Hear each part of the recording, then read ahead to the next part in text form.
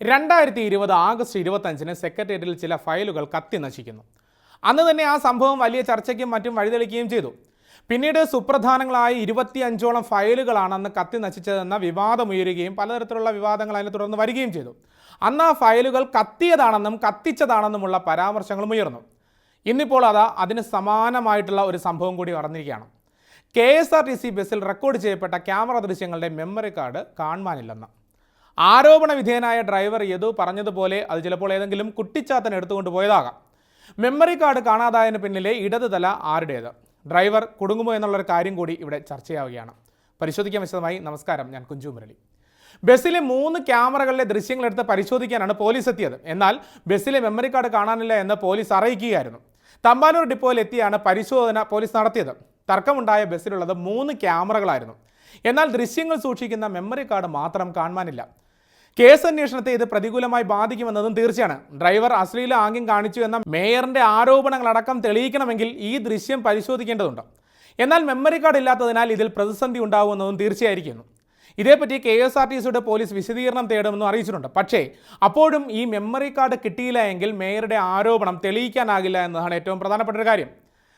Driver അശ്ലീല ചുവയോടുള്ള ആംഗ്യം കാണിച്ചു എന്ന മേയർ ആവർത്തിച്ച് പറയുമ്പോൾ അങ്ങനെ യദു എന്ന ഡ്രൈവർ കാണിച്ചിട്ടുണ്ടെങ്കിൽ അത് ഉറപ്പായും ആ മെമ്മറി കാർഡിൽ പതിഞ്ഞിട്ടുണ്ടാകും, അല്ലെങ്കിൽ ആ ദൃശ്യങ്ങളിൽ കാണാൻ കഴിയും.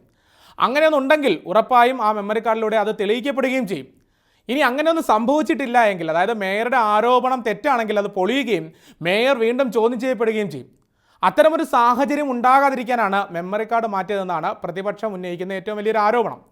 മെമ്മറി കാർഡ് നഷ്ടപ്പെട്ടതല്ല എന്നും നഷ്ടപ്പെടുത്തിയതാണെന്നും അരിയാഹാരം തിന്നുന്ന ഏതൊരു മലയാളിക്കും മനസ്സിലാകുമെന്നും പ്രതിപക്ഷം പറയുന്നുണ്ട്. ഡിപ്പോയിൽ പിടിച്ചിട്ടിരുന്ന ഒരു വാഹനത്തിൽ നിന്ന് KSRTC അറിയാതെ എങ്ങനെയാണ് മോഷണം നടക്കുക? ഇനി അത് അറിഞ്ഞില്ല എന്നാണ് പറയുന്നതെങ്കിൽ KSRTCയുടെ സംവിധാനങ്ങൾക്ക് അത്രയേ സുരക്ഷയുള്ളൂ എന്ന് സമ്മതിക്കേണ്ടി വരും. എന്നാൽ മെമ്മറി കാർഡ് കാണാതായ സംഭവത്തിൽ കൈ കഴുകി ഒഴിഞ്ഞു മാറാൻ ഗതാഗത വകുപ്പ് മന്ത്രി തയ്യാറാകുന്നില്ല. നിർണായക തെളിവായ ബസ്സിലെ CCTVയുടെ മെമ്മറി കാർഡ് കാണാതായത് അന്വേഷിക്കുമെന്ന് ഗതാഗത മന്ത്രി KB ഗണേഷ് കുമാർ പറഞ്ഞിരിക്കുകയാണ്. ക്യാമറ ഉള്ള 4 ഫാസ്റ്റ് പാസഞ്ചർ തമ്പാനൂർ ഡിപ്പോയിൽ ആ സമയം ഉണ്ടായിരുന്നു. ബാക്കി 3 ബസ്സുകളിലും മെമ്മറി കാർഡുണ്ട്.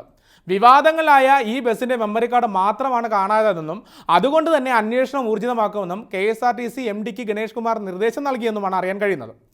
ഏതായാലും മെമ്മറി കാർഡ് മാറ്റാനുള്ള ആ ബുദ്ധി അത് ആരുടേതായാലും അതൊരു മികച്ച തീരുമാനം തന്നെയാണ്. ഇത്രയും മികച്ച ബുദ്ധി ആരുടേതായാലും അത് സമ്മതിക്കാതെ വയ്യ. ആ ബസ് ഏതെങ്കിലും തരത്തിൽ അപകടത്തിൽപ്പെട്ടാൽ പോലും അതിൻ്റെ എല്ലാം ക്രെഡിറ്റ് മേയറുടെ തലയ്ക്ക് മുകളിൽ വരുമെന്ന അവസ്ഥയിലാണ് ഇപ്പോഴുള്ളത്. ആ സമയത്താണ് മെമ്മറി കാർഡ് മാറ്റാനുള്ള ആ അതിബുദ്ധി ആരോ കാണിച്ചത്. ഇതിനൊപ്പം തന്നെ വലിയ രീതിയിൽ സൈബർ ആക്രമണം നേരിടുന്നുവെന്ന ആ കാര്യം മേയർ അറിയിക്കുന്നുണ്ട്. ഇതുമായി ബന്ധപ്പെട്ട വിഷയത്തിൽ DYFIയും മേയറിനോടൊപ്പം ചേർന്നിരിക്കുകയാണ്. മേയർക്കെതിരെ വലിയ രീതിയിലുള്ള സൈബർ അറ്റാക്കിംഗ് ആസൂത്രിതമായി നടക്കുന്നു എന്ന് DYFI പറയുന്നുണ്ട്. എന്നാൽ യുവജന സംഘടനയായ DYFI മറുഭാഗത്ത് നിൽക്കുന്ന ഡ്രൈവർ യദു എന്ന ചെറുപ്പക്കാരനെ കാണുന്നില്ല. അയാളും ഇതിനേക്കാളേറെ വലിയ രീതിയിൽ സൈബർ അറ്റാക്കിംഗ് നേരിടുകയാണ്. പീഡന വീരനെന്നും ലഹരിക്കടിമയെന്നും ആക്ഷേപിച്ച് യദുവിനെതിരെയും വലിയ രീതിയിലുള്ള സൈബർ ആക്ഷേപങ്ങൾ ഉയരുന്നുണ്ട്. യദു നിലവിൽ ആരോപണ വിധേയൻ മാത്രമാണ്. മേയർ ഉന്നയിച്ച ആരോപണങ്ങൾ തെളിയിക്കാനുള്ള മെമ്മറി കാർഡ് കിട്ടാത്തിടത്തോളം യദു കുറ്റക്കാരനായി മാറുന്നുമില്ല. അതുകൊണ്ട് തന്നെ ഇരവാദം ഉന്നയിക്കുന്ന സൈബർ സഖാക്കൾ ഈ കാര്യങ്ങൾ കൂടി പരിഗണിക്കേണ്ടിയിരിക്കുന്നു.